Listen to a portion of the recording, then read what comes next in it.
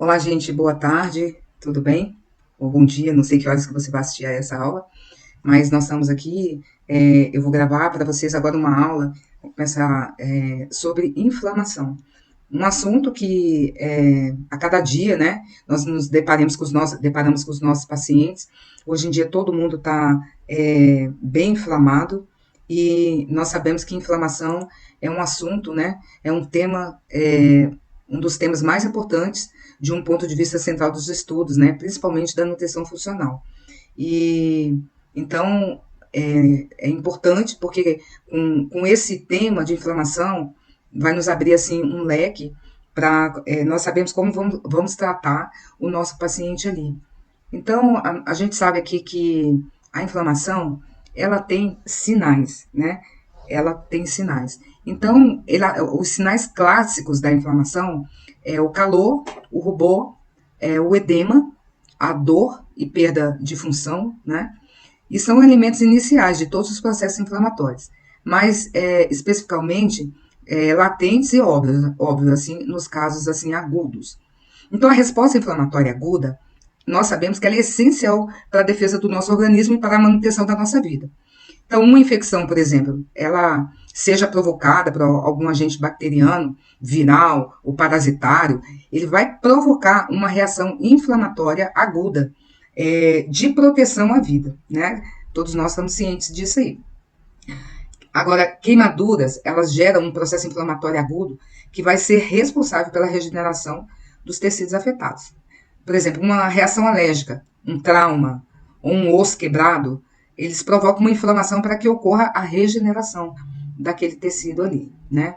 Cortes, lacerações, perfurações, queimaduras por frio, irritações químicas, são outros exemplos assim que a gente pode estar citando que provocam no organismo um processo inflamatório agudo, né? Agora, diferente de tudo isso, né, é o quadro da inflamatório crônico, que é provocado pelas doenças, né, que assolam a nossa humanidade e que hoje em dia matam as pessoas, certo?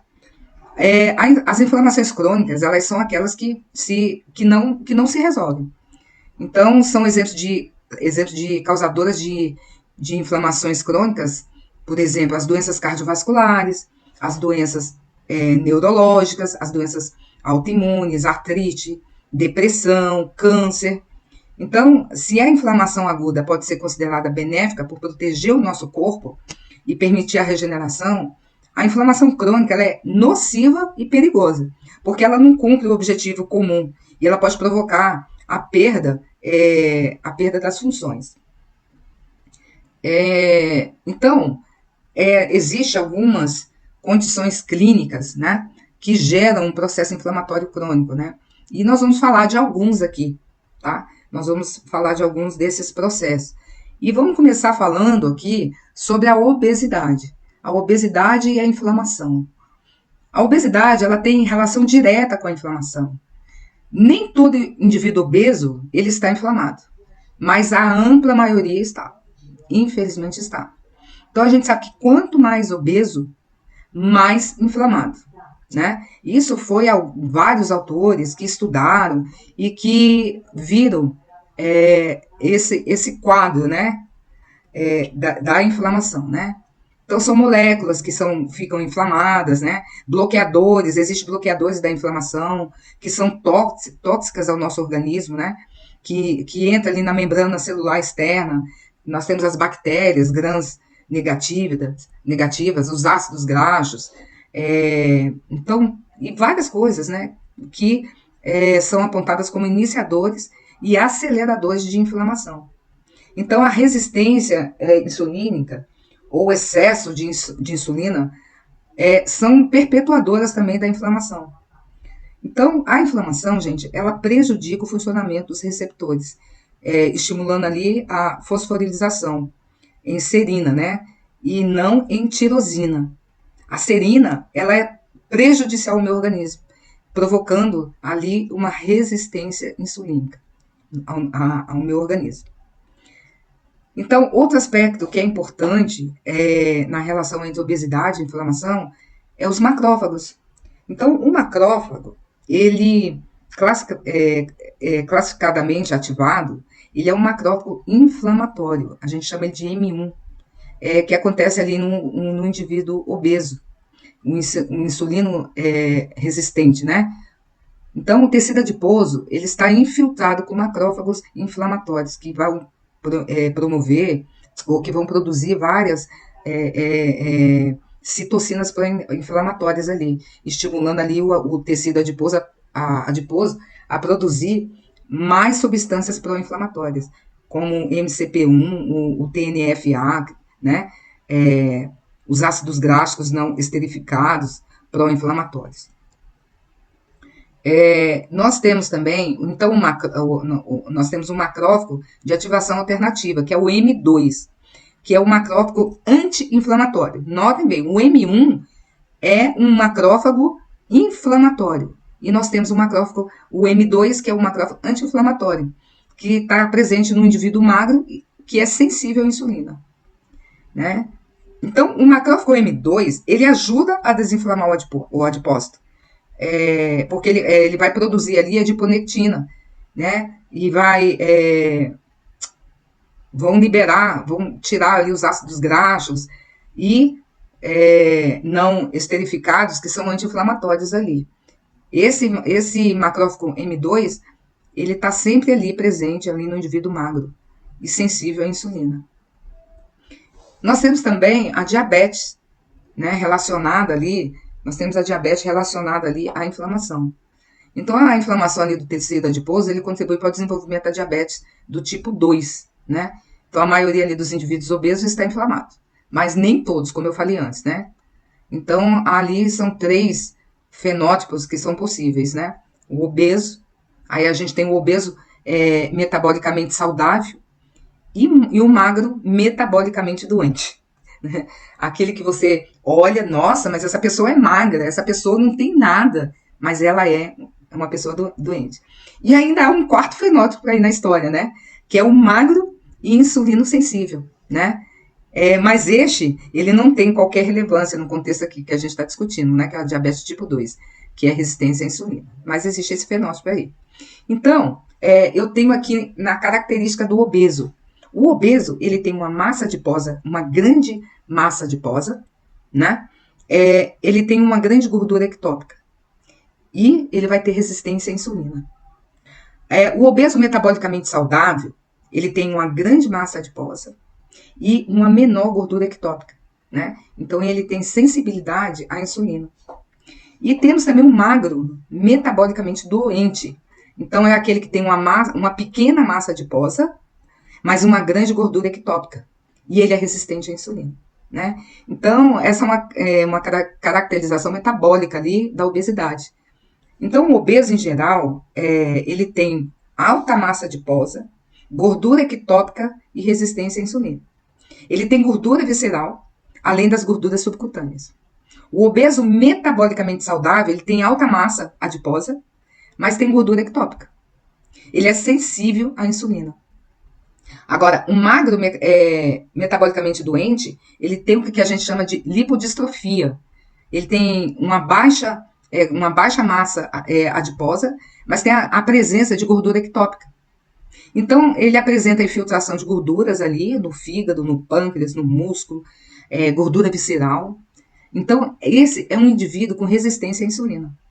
Então, ele pode alterações quando você vai olhar os exames, alterações no gama-GT, no TGP, no PCR dele, no HOMA-IR, na insulina, na glicemia.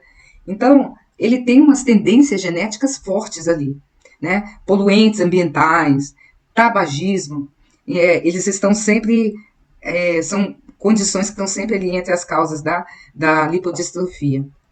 Então, a inflamação ali do tecido adiposo é um estímulo à inflamação sistêmica. Então, há uma queda da adiponectina, tem surgimento ali da resistência à insulina no adipócito e, consequentemente, uma resistência insulínica sistêmica, né? Então, o aumento dos ácidos graxos livres, ele provoca o crescimento de gordura ectópica, criando ali uma resistência à insulina no fígado e no músculo esquelético, né? Contribuindo aí ainda mais para a resistência sistêmica ali para a insulina.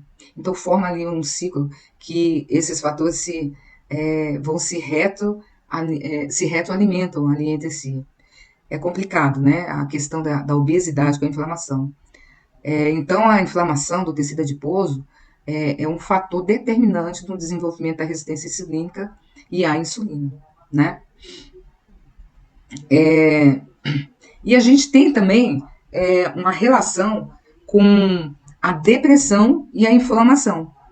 A relação de depressão e inflamação ela pode estar compreendida pelo estudo da via da quironerenina, tá? Quironerenina é uma substância presente ali no nosso organismo. Então, o triptofano, nós sabemos que ele pode dar origem ao 5-hidroxitriptonina, né, que é a serotonina. O triptofano, para nós termos o triptofano, ele vai se transformar em 5-hidroxitriptonina, que vai transformar em serotonina. Ou então ela pode ser metabolizada ali pelas dioxigenases, né? E é estimulada ali pela via do cortisol e pelas vias pró-inflamatórias. Então, essa via ali do estímulo para a via da quinurenina, ela vai resultar ali na síntese dos ácidos quinurênicos, né? São vários ácidos ali que no final eles vão inibir ali o ácido araquidônico, que é um estimulante do receptor NMDA.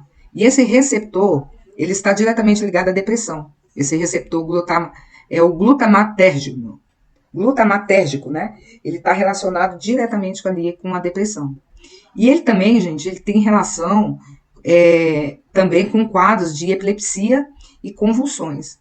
Então, a quantidade excessiva de ácido quinolínico que vai estimulando ali o NMDA, ele vai resultar em chances aumentadas de convulsões. Então, ele pode aumentar as reações ali violentas. O paciente, a pessoa que for acometida, vai ter reações violentas ali. Então, o objetivo deve ser a manutenção de um equilíbrio desse sistema, né? Porque esse ácido quironílico, ele é inflamatório e vai causar toda essa desordem no organismo. Então, idealmente, assim, o triptofano ele não deve ser conduzido em excesso para a via da quinurenina, mas seguir para a produção de serotonina. Então, a inflamação, ela aumenta a condução de triptofano para a via da quinurenina, é um nome estranho, né, gente? Dando todas essas consequências, né? Porque ela aumenta, né, como eu falei, essa condução ali. Então, a gente tem que saber dosar, saber como controlar a inflamação. Então, a gente já está vendo que o processo da depressão é um processo químico dentro do nosso organismo. E é um processo inflamatório dentro do nosso organismo. E a gente pode ver que está tudo ligado à inflamação, né? E a gente tem também a questão da sarcopenia, ligada também à inflamação. Então, a gente sabe que envelhecimento, estresse oxidativo, disfunção mitocondrial, doenças crônicas, autofagia desregulada, envelhecimento das células-tronco, mudanças hormonais, tudo isso contribui para a inflamação crônica, tá? Então, os desdobramentos aí da inflamação, como degradação de proteína, diminuição da síntese proteica e apoptose, são causas de sarcopenia. A sarcopenia, ela se caracteriza pela diminuição da massa magra, da força muscular e da função física, e o aumento de risco de morte, né, por todas as causas aí, juntas. Então, a gente vê que tudo isso tá ligado à inflamação, né, ligado à inflamação. Outro fator importante que nós temos aqui é o câncer ligado à inflamação. Então, nós hoje sabemos que o câncer também é uma doença inflamatória. Vários autores já têm relatado isso, que o câncer é induzido pela inflamação, e ele se explica, né, na relação entre os tumores, células imunológicas, micro-organismos. Então, a ligação de causalidade entre a inflamação e o desenvolvimento do câncer. Não é apenas uma coincidência, gente, não é coincidência, mas uma construção de causa e efeito através de processos que envolvam genotoxicidade, reparo tecidual, que é bem aberrante, assim, respostas proliferativas, invasão e metástases, assim, né? Então, a inflamação, ela causa o câncer. Não tem mais como dizer que não. A inflamação, ela causa o câncer. Isso está bem relacionado, né? Então, a maioria dos processos inflamatórios relacionados ao câncer, ao câncer, ele inclui a ativação do NF-kappa-beta, NF-kappa-beta, tá? Então, em aproximadamente 20% dos casos, né, micro-organismos são os agentes causadores da inflamação que provoca câncer. Olha só, né? Bom, em adição, assim, aos clássicos, assim, patogênicos, né, da microbiota comensal, elas foram recentemente reconhecidos como agentes envolvidos nos processos inflamatórios que provocam o crescimento de tumores. Ou seja, não apenas o intestino está relacionado, mas também a boca, o estômago, pele e qualquer outra cavidade que contenha bactéria, tá? Contém a bactéria. Isso já é provado, comprovadamente, que existe essa relação. Então, uma microbiota desarmoniada, desarmônica, ela é capaz de promover a inflamação e o crescimento do câncer. Então, logo, a melhor compreensão do papel da microbiota na inflamação pode aprimorar as terapias contra a iniciação e a progressão do câncer, né? Então, a gente tem que melhorar toda a nossa microbiota. Então, há várias patologias, há várias condições patológicas que são inflamatórias, que vai culminar, se não houver um cuidado, vão culminar no aparecimento de um tumor. Então, por exemplo, citar aqui para vocês, a exposição à sílica, ao ambiente ou ao cigarro, vai ter um carcinoma de pulmão. Doença inflamatória pélvica, vai ter um carcinoma de ovário, né? Inflamação do cateter urinário, um carcinoma de bexiga. Uma pancreatite, um carcinoma de pâncreas. Uma inflamação por radiação, né? Ficar aí exposta ao sol, vai ter um melanoma, né? Uma exposição amianto, né? Hoje, graças a Deus, a gente não se usa mais. A gente vai ter um mesotelioma. Então, a inflamação na vesícula com pedras, vai ter um carcinoma de vesícula biliar. Então, um líquen escleroso, vai ter um carcinoma de vulva. Então, são várias. Gengivite, gente, pode ter um carcinoma de mucosa oral. Então, são várias condições que pode estar te levando a ter um carcinoma, né? Então, a anemia da inflamação, ela aparece muito com frequência nos atendimentos aqui de consultório. E é importante compreender bem esse assunto, né? Então, e uma das citocinas importantes aqui no processo inflamatório é a interleucina 6. Então, assim como a interleucina 1, o TNF-A, as pró-inflamatórias citadas anteriormente aí, as interleucinas 6 está diretamente relacionada à geração de inflamação. Então, nós temos aqui a IL-6, que ela estimula no fígado a produção de hepapsitina. A hepapsitina ela vai atuar em macrófagos do baço, no próprio fígado e no trato gastrointestinal e vai inibindo ali a ferroportina. A ferroportina é um transportador de ferro. Então, quando ali a hepsidina ela inibe a ferroportina, então menos ferro sai do fígado para o plasma e diminui o ferro plasmático, que sairia ligando ali a transferrina. Então, no nível ali de intestino, menos ferro é absorvido e menos ferro sai do macrófago. Então, assim, há um acúmulo, né, de ferro ali no baço, dentro dos macrófagos, acúmulo de ferro no fígado, diminuição da absorção do ferro ali no intestino. Então, o objetivo do nosso organismo é diminuir o ferro, né, plasmático, que é uma estratégia fundamental, né, uma vez que as bactérias elas usam o ferro para se desenvolver, né? Então, para o organismo, a inflamação é a sinalização de que uma infecção está acontecendo, né? Então, involuntariamente ali, uma das grandes causas da inflamação sempre foi o processo infeccioso. Sempre foi o processo infeccioso, né? Então, o corpo ele não aprendeu a diferenciar a inflamação e como ele não difere essa diferença, a inflamação vai ser sempre foi ali o processo infeccioso. Porque o corpo, ele não aprendeu a diferenciar a inflamação resultante de uma queimadura, de um corpo ou um trauma, daquela causada por uma infecção, Então, a resposta é sempre diminuir o ferro, que se torna ali indisponível disponível ali no plasma. Então, é importante nós estarmos olhando o nosso corpo ali, né? Porque a gente sabe que as citocinas inflamatórias, elas direcionam a hematopoiese para a produção de progenitores mieloides, né? Que são originam ali os leucócitos.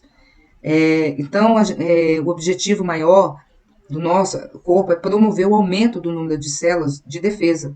Para quê? Para combater a infecção.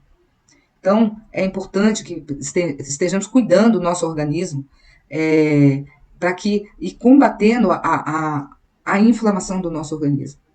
Então, nós temos vários modos de estar combatendo isso. E hoje, infelizmente, os indivíduos eles tomam atitudes erradas constantemente, o que gera problemas crônicos, né? Nosso corpo, ele é sábio, mas quando é tratado de maneira errada, a doença, ela aparece. O nosso corpo, ele tem a capacidade de cuidar, de se regenerar, mas às vezes nós atrapalhamos esse processo com várias coisas que comemos ou que fazemos dentro do nosso corpo. Então, nesse mecanismo aí, a medula óssea, ela sofre a ação das citocinas inflamatórias. Então, na medula óssea inflamada, há menos precursores, eritróides e uma consequente diminuição da proliferação da mesma. Então, a vida útil dos eritrócitos acaba por ser reduzida por um aumento dos eritrofagocitose. Ou seja, os macrófagos acabam por ser reduzida por um aumento da eritrofagocitose, né? Ele não faz ali a fagocitose. Ou seja, os macrófagos fagocitam mais eritrócito, removendo eles ali da circulação e liberando menos ferro. Então, em resumo, há mais síntese de leucócito e menos síntese de hemácia, né?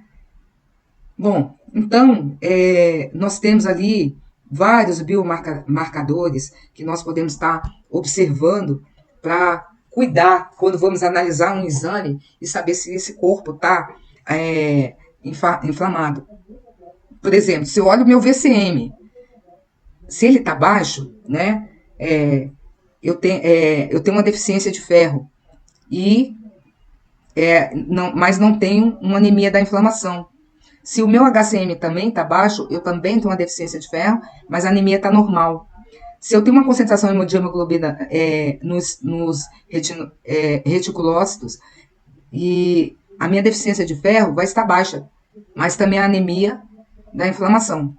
Agora, meu percentual de eritrócitos tiver alto, eu vou ter uma deficiência a minha deficiência de ferro vai estar alta, e eu vou ter uma anemia, na anemia da inflamação vai estar baixa.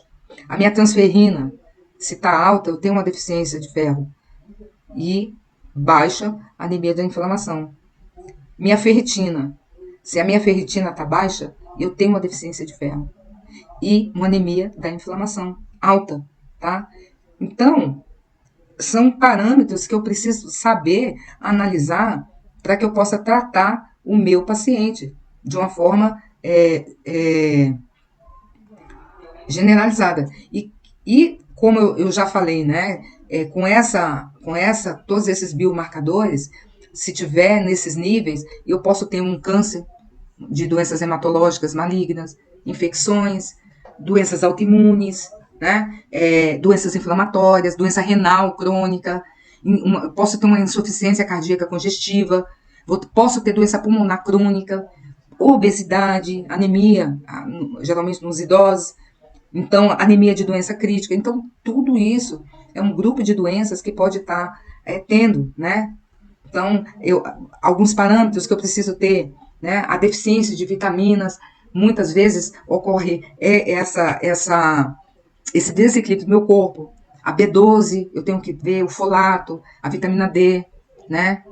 Que vai, por exemplo, a vitamina D, ela aumenta, vou ter um aumento da epsidina e da retenção do ferro, né? Então, as infecções pode causar infecção por H. pylori, parvovírus, B19. Então, são muitas coisas que pode estar contribuindo para me ter certas doenças, né?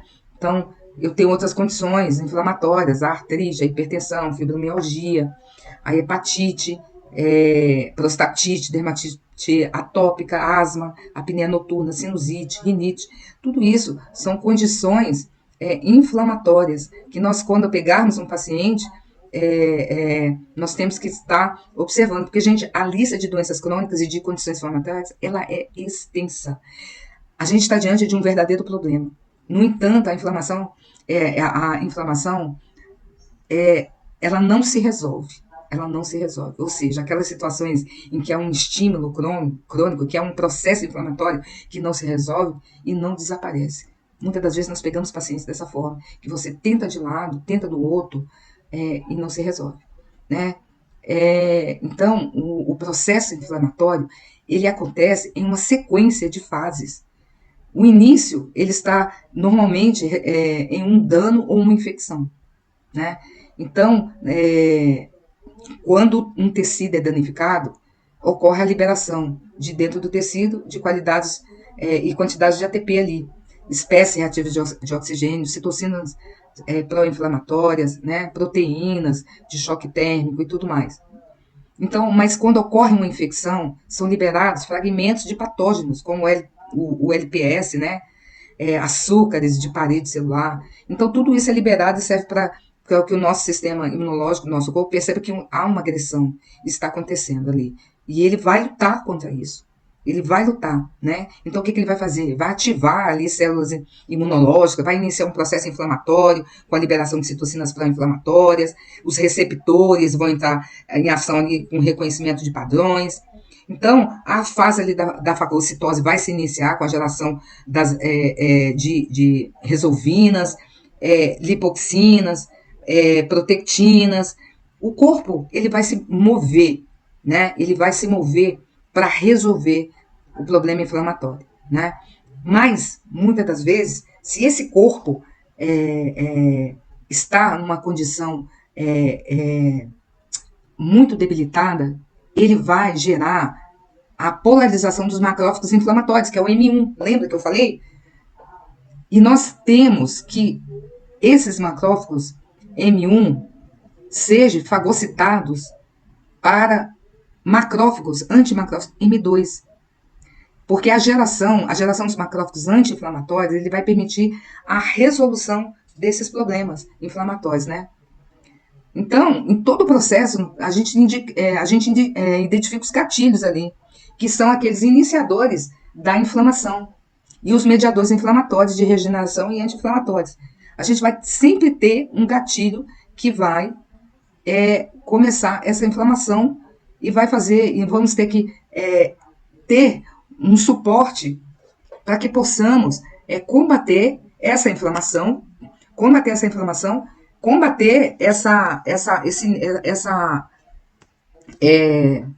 esse corpo que está inflamado e precisa desinflamar.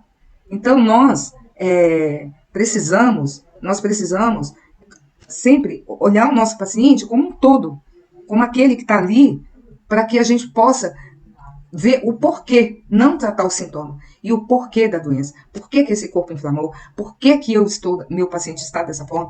O que aconteceu? É assim que nós tratamos o nosso paciente, né? Buscando a causa, buscando o motivo principal. E aí, a hora que nós tratamos esse motivo, o gatilho, o que incentivou a ter essa inflamação, aí sim,